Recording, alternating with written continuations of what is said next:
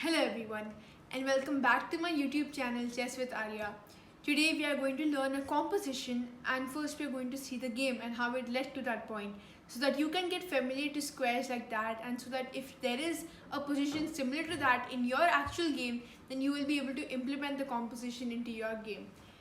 So this was played against Bringman against Andrzejewski, in which black portrayed how very nicely you can play, and this was played in 1976. So the first move e4, e5, knight f3, knight c6, very basic moves.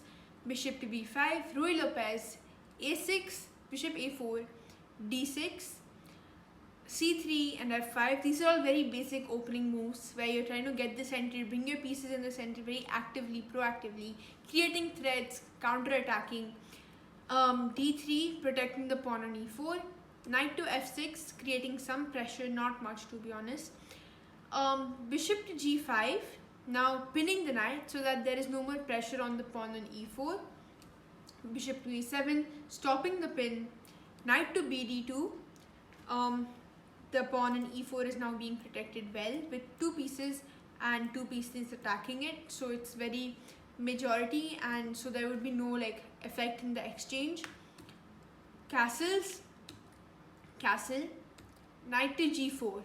Over here, attacking the bishop on g6, on g5 with the bishop and the queen. And after that, bishop takes e7, it was forced. Queen takes e7, h3, attacking the knight. F takes e4, d takes e4, and knight back to f6. Queen to e2. And until now, it's very normal development. Hardly any exchanges have been made. Bishop to d7, rook to ad1, knight to h5, trying to create some threats, trying to maybe move the knight to f4, attacking the queen, attacking the square, creating some control, getting threats.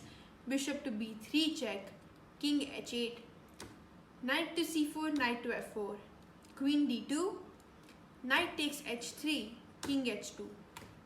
And over here I would recommend that you pause the video and try to figure out what the composition could be. Now let's see what the answer is. I hope you all have paused the video and thought of the answer. Rook takes f3, making sure that this knight is being well protected by the bishop and trying to create a threat on this pawn. Now g takes f3 forced, and queen to h4, and over here white resigned. Why? If suppose after queen to h4 knight e3 was played, then there would be knight to g5 check, discovered check by the queen, king moves and knight takes f3, king g2 and queen to h3 checkmate. Also this queen would be under attack, so if it wasn't a checkmate, then you would end up losing the game anyways.